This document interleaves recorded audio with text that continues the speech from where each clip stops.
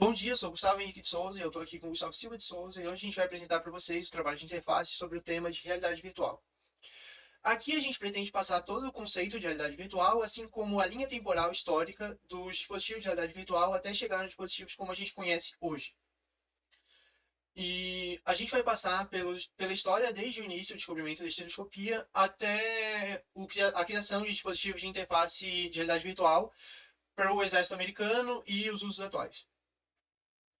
Então, a gente pode definir a realidade virtual de uma forma simples, a que a gente conhece hoje como uma experiência virtual sonora, visual e sensorial, interativa, que busca ser, em um nível mais avançado, indistinguível da realidade, usando os métodos de estereoscopia 3D e sensores de movimento para enganar o cérebro do usuário e tentar criar uma experiência que seja completamente imersiva para ele. A gente sabe que a realidade virtual é uma das tecnologias que mais cresce e se firma no mercado atualmente. E a melhor maneira da gente explicar o que realmente é a realidade virtual é seguindo todo o caminho histórico dela, desde as primeiras descobertas até como ela está hoje em dia, para tentar entender cada vez melhor como funcionam esses dispositivos. Tudo se iniciou lá em 1838 com o Sir Charles Wheatstone, tá ligado? Ele fazia algumas pesquisas e ele levou aos olhos dos mais estudiosos um fenômeno observável, tipo, realmente exótico, que ele denominou como estereopsia. As pesquisas dele demonstravam um comportamento, tipo, diferente do nosso cérebro, que ao combinar duas fotografias, cada uma observada por um olho, de um objeto tirado de pontos distintos, dava para criar uma sensação de profundidade e de imersão, desde que o objeto de teste fosse uma pessoa com uma visão binocular que não tivesse nenhuma doença específica nos olhos. Essa descoberta que ele fez tipo, permitiu que ele criasse um primeiro aparelho estereoscópico que a gente tem registro. Ele é composto por dois pares de espelho no ângulo de 45 graus, tendo como referência os olhos do usuário, e cada um desse vai refletir uma imagem localizada no lateral, criando um efeito de tridimensionalidade no olho do paciente. Essas imagens são, como ditas anteriormente, iguais, só que tiradas do mesmo objeto, só que tiradas de ângulos diferentes. Quase uma centena de anos após isso, a gente tem a primeira menção da tecnologia de realidade virtual, ou pelo menos uma tecnologia parecida com essa, em um conto da ficção, escrito por Stanley Weinbaum, era o Pygmalion Spectacles, que ele apresentava a ideia de um óculos que a gente poderia colocar e conseguir enxergar uma outra realidade ou ser transportado para um outro lugar, que a gente sentiria como se estivesse dentro dele. E essa foi o primeiro registro de uma ficção que citava uma tecnologia parecida. Só 2 décadas para frente, já no ano de 1955, a gente encontra pela primeira vez com o Morton Halick, que teve a ideia de que o cinema poderia incorporar todos os sentidos do corpo. E ele escreveu o artigo O Cinema do Futuro, que em um ano depois levou ele a criar o Sensorama, que era o que a gente pode chamar de primeira máquina de realidade virtual. O Sensorama era uma cabine grande, montada para funcionar para até 4 pessoas ao mesmo tempo, que trazia para as pessoas uma combinação do vídeo 3D com estereoscopia, que era os dois vídeos, um para cada olho, com um grau um pouco diferente. E, ao mesmo tempo, ele trazia esse vídeo em cores e usava vibrações, o cheiro e até efeitos de ambiente, como o vento, para fazer com que a pessoa fosse imersa dentro desse filme. Foram feitos 6 filmes curtos para demonstrar o sensorama, e só que o usuário em nenhum momento podia interagir ou interferir na forma com que o cinema era apresentado. Então, o Helic continuou evoluindo nas aplicações de estereoscopia dele, e ele desenvolveu o primeiro dispositivo HMD que a gente tem em registro, que é um Head Mounted Display, né, que é um display que vai na sua cabeça. Isso foi em 1960, e ele chamou ele de Telesphere Mask. Ele possui um display de imagens estereoscópicas 3D, com visor wide e som estéreo para dar uma maior imersão para o usuário. Mesmo assim, ele ainda não tinha nenhuma interatividade ou um sensor de movimento. Um tempo depois, como eu e o Brian, eles criaram um outro dispositivo HMD, e esse já possuía um fator de interatividade, mesmo que muito, muito preventiva. O Brian e o Como, eles eram uns engenheiros da Philco, e eles nomearam esse projeto como Headsight, e ele é o precursor do VR como a gente conhece hoje. É um dispositivo que utilizava uma tela para cada olho, o que já diferenciava do HDMD do Haley, e também um sistema magnético em combinação com uma câmera para dar uma captação de movimentos. Mas o headset ainda não era usado para aplicações de realidade virtual como a gente usa hoje, mas ele possibilitava ao exército de observar remotamente algumas situações de perigo. Ele era basicamente uma câmera remota que imitava os movimentos da cabeça de um usuário para que ele pudesse olhar pelo ambiente. E o headsight, ele foi o primeiro passo para evoluções das tecnologias VR HMD, que são essas telas que basicamente a gente usa na cabeça. Mas ele ainda tinha uma carência grande da interação com o usuário, né? Porque a interação dele era baseada somente no movimento de cabeça. E principalmente sofria da falta de imagens computadorizadas, que é uma coisa muito forte e basicamente um dos pilares do VR hoje em dia. Depois disso, em 1965, surgiu o artigo que até hoje a gente tem como base para o VR como a gente conhece atualmente. O Ultimate Display, que foi escrito pelo Ivan Sutherland. E o Ivan Sutherland vai vir a ser uma figura muito importante na história do VR daqui para frente. Nesse artigo, ele conceituou o VR como a gente conhece hoje, como uma tecnologia tão imersiva que não podia ser diferenciada da vida real. Nela, o usuário entrava em um ambiente virtual em que ele poderia interagir com tudo ao redor dele e receber um feedback imediato atrelado às ações. Então, toda ação deveria criar uma reação dentro do VR. E um pouco depois, com a criação dos primeiros simuladores de aviação para os militares, o Thomas Furns, o exército acabou entrando com muito investimento para essa tecnologia, porque eles tinham um interesse militar em cima dela. E isso foi muito importante para a história do VR, porque esse investimento do Exército proporcionou um desenvolvimento muito mais rápido para a tecnologia. Porque pouco tempo depois, de novo com o Ivan Sutherland, a gente teve a criação do primeiro VR HMD propriamente dito, que foi o Sword of Damocles. Ele era o primeiro que, ao invés de se ligar numa câmera externa que transmitia imagens para ele, era conectado a um computador que gerava as imagens em 3D.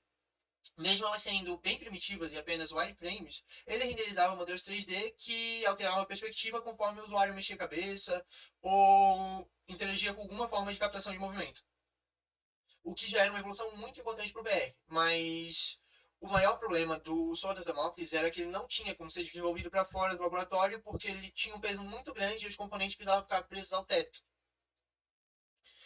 Então, em 1969, uma outra evolução muito importante para o VR foi o Videoplace, que foi considerada a primeira forma de VR interativa. É, o Videoplace foi criado pelo Miron Kruger, que era um artista virtual que criou essas primeiras experiências interativas.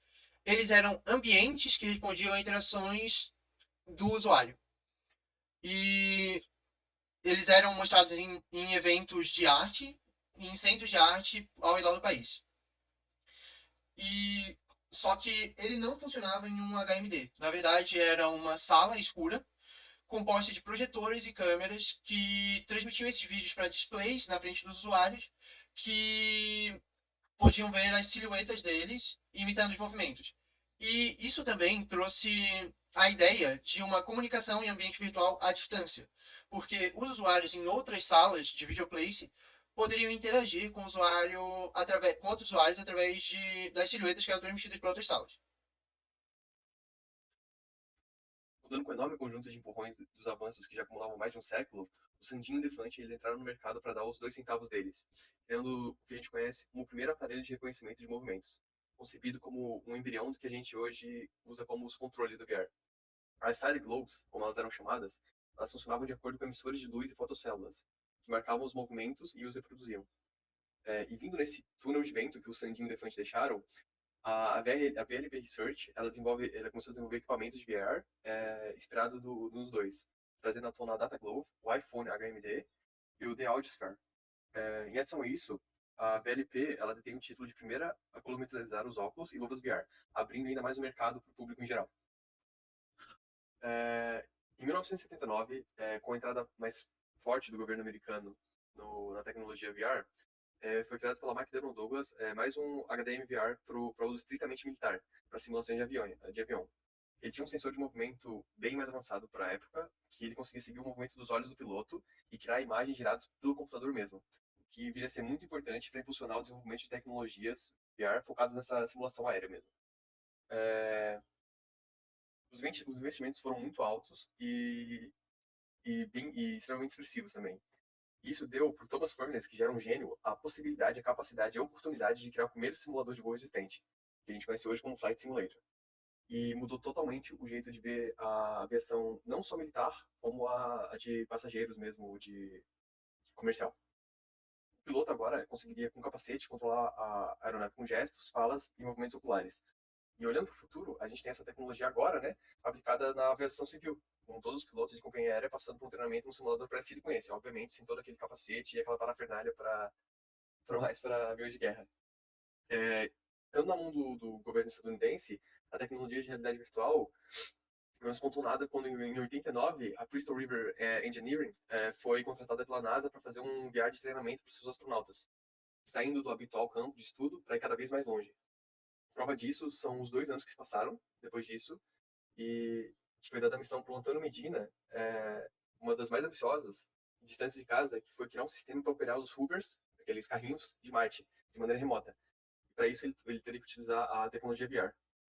O Computer Simulated Teleoperation é criado e funciona como um controlador em tempo real, apesar dos atrasos, claro, os atrasos dos delays de comando por conta da distância entre os dois planetas, né? Bom, em 2012, então, décadas depois, é lançada a campanha do Kickstarter do Oculus Rift, sendo uma bomba no mercado que arrecadou mais de 2,4 milhões de dólares. Vindo como um meteoro, o ano de 2014 conta com a compra do Rift pelo Facebook, entrando numa espiral de ascensão imensa, sendo marco para a tecnologia VR. Em conjunto disso, a Sony também anunciou seu novo projeto, o Morpheus, que é um headset VR para o PlayStation 4.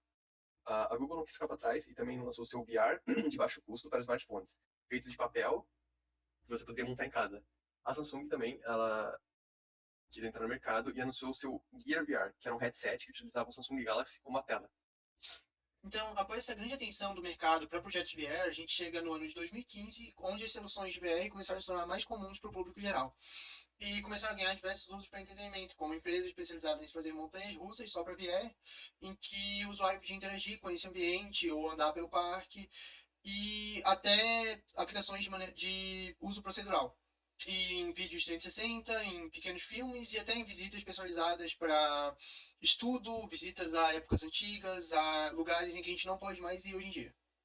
E mais empresas começam a entrar no ramo, sendo que um dos produtos de mídia mais lucrativos no ano de 2018 foi o Beat Saber, com mais de 1 milhão de cópias vendidas, um jogo de VR. E outras empresas entraram no ramo também depois disso, com a Valve entrando em 2016 com o HTC Vive e a Sony quando lançou no mesmo ano a primeira versão do PlayStation VR. Agora, depois que a gente entendeu o contexto histórico do VR e a linha temporal de desenvolvimento da tecnologia, a gente pode prestar atenção com mais facilidade no estado atual das tecnologias de realidade virtual e a gente pode pensar um pouco sobre o que a gente pode esperar do futuro da tecnologia. E com as tecnologias de VR ficando cada vez mais acessíveis nos últimos tempos, a gente pode ver diversos estudos de diversas aplicações de como ela é utilizada e como pode ser utilizada ainda para diversas áreas da sociedade, como no que tange a educação. É impossível negar que o dispositivo de realidade virtual pode oferecer uma oportunidade gigantesca de retenção dos alunos na escola, tornando as aulas mais interessantes e motivadoras e mais interativas. Como a gente pode ver, por exemplo, da Unimersive, que é um dos maiores do ramo em aplicativos educativos de realidade virtual, tendo aplicativos como Uma Jornada à Roma Antiga, Uma Viagem pelo Cérebro Humano, Anatomia VR, onde os alunos podem ter aulas em que estão participando ativamente dos processos ou vendo ambientes que não podem mais ser vistos ou visitados. Assim como a criação de aulas de campo, sem que seja preciso viagens ou deslocações da sala de aula. E a promessa da realidade virtual para a educação não tem limites atualmente, são imaginadas por futuras salas de aulas equipadas totalmente com dispositivos VR, onde os alunos poderão visitar uma versão realista do período paleolítico ou até mesmo serem guiados por um professor em uma experiência mais ou menos multiplayer. No tocante da saúde, a gente tem a realidade virtual como uma verdade no meio, e não mais uma promessa. Treinamentos cirúrgicos são feitos por meio de aparelhos que usam da tecnologia em questão, aumentando ainda mais a precisão dos médicos nas suas cirurgias, e diminuindo de maneira significativa os erros que poderiam ser cometidos. As repetições são infinitas e não apresentam perigo nenhum para qualquer envolvido. Afinal, né, se trata de uma realidade virtual, deixando o médico livre e imerso para treinar quantas vezes for necessárias. Essa é uma das maiores vantagens do VR, da tecnologia, nesse âmbito de saúde, de medicina. Nesse quesito, né, o que se espera é cada vez mais a realidade ser implementada nos softwares, para que cada vez mais a gente forme profissionais capacitados na área.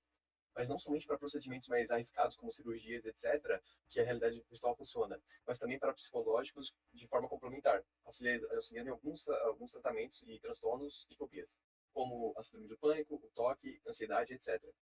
Ele não é bem o carro-chefe, mas ele conta como auxiliar e o paciente é envolto gradativamente pelos seus medos e imerso na realidade virtual pode enfrentá-los aos poucos, junto com o tratamento com um psicólogo ou psiquiatra. Por último, mas não menos importante, nós temos o tratamento de dor feito por meio de VR, onde o paciente tem a atenção desviada para o aparelho e, comprovadamente, sente cerca de 25% a menos de dores nos procedimentos, como no caso de vacinações de crianças, que é onde é mais usado. Mas no futuro, pretende-se que o uso da realidade virtual chegue ao nível de bloquear alguns setores de dor, agindo até como um analgésico. Já sobre a área de segurança, não é novidade do fato da área tentar absorver toda a tecnologia útil para si, e com a realidade virtual não é diferente. Utilizada nas áreas militares, ela é empregada em treinamentos que seriam considerados de risco para os praticantes e também extremamente mais custosos. Dentro da realidade virtual, pode-se aprender a reagir a situações diversas, de perigo extremo, sem mesmo ter um fio de cabelo posto em risco. Os treinamentos técnicos de voo também podem ser aplicados, deixando o soldado livre para usar e praticar o quanto precisar, sem sequer cansar seu corpo. Para o futuro, podemos esperar um boom tecnológico da área de segurança VR, sendo uma realidade de alguns robôs controlados por essa tecnologia para desarmar bombas, realizar resgates ou até mesmo cuidar da segurança da sua própria casa, tendo aplicação efetiva na vida civil também. Carros e automóveis no geral não estão fora de questão também quando é uma aposta para o futuro, equipados com sistema VR e de reconhecimento para evitar colisões. Quando a gente fala de entretenimento em interface VR, a gente pode citar diversas mídias, diversos meios de entretenimento que já investiram nessa indústria. Mas atualmente o maior deles é a indústria de jogos, que também é responsável por empurrar os limites da capacidade dos dispositivos VR. Provavelmente pelo fator de interatividade que encaixa muito bem e coexiste entre as duas. E no ano de 2017, por exemplo, a indústria de jogos para VR já tinha movimentado mais de 2,2 bilhões de dólares, sendo que 35 jogos sozinhos tinham cada um movimentado mais de 1 milhão de dólares. Por exemplo, a gente encontra hoje em dia vários títulos como Beat Saber e Half-Life Alyx, que foi premiado na categoria e são considerados experiências revolucionárias no setor de VR.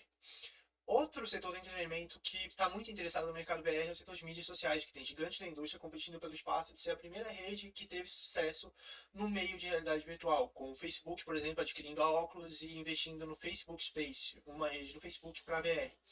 E a indústria do cinema também não fica de fora. Eles já estão investindo em diversos filmes, como Justice League VR, que foi um filme da Warner Bros. Em 2017 que era totalmente para VR. E também em cinemas físicos com dispositivos VR de alta performance, onde a pessoa pode ir pagar uma entrada e tal, usar um dispositivo VR que ela não tinha até o momento para ver um filme lá. E essas são só algumas das alternativas que a gente já tem com o VR para entretenimento. Mas a gente já encontra também o uso de assistir jogos ao vivo, jogos de futebol, jogos de basquete ao vivo, como se estivesse dentro do estádio, ou shows da banda favorita ao vivo, como se estivesse dentro do palco. E o ramo de entretenimento para a realidade virtual é rico e promissor, está cada vez mais em evidência e se aprimorando a cada ano que passa. Com base em tudo isso, a gente pode ver que o VR não é só o futuro, mas uma indústria que já está entre a gente, uma tecnologia que já é muito útil para a sociedade, que tende a evoluir cada vez mais conforme o tempo passar para a gente. E talvez um dia tomar a casa de todo mundo. Então é isso. Essa foi a nossa apresentação.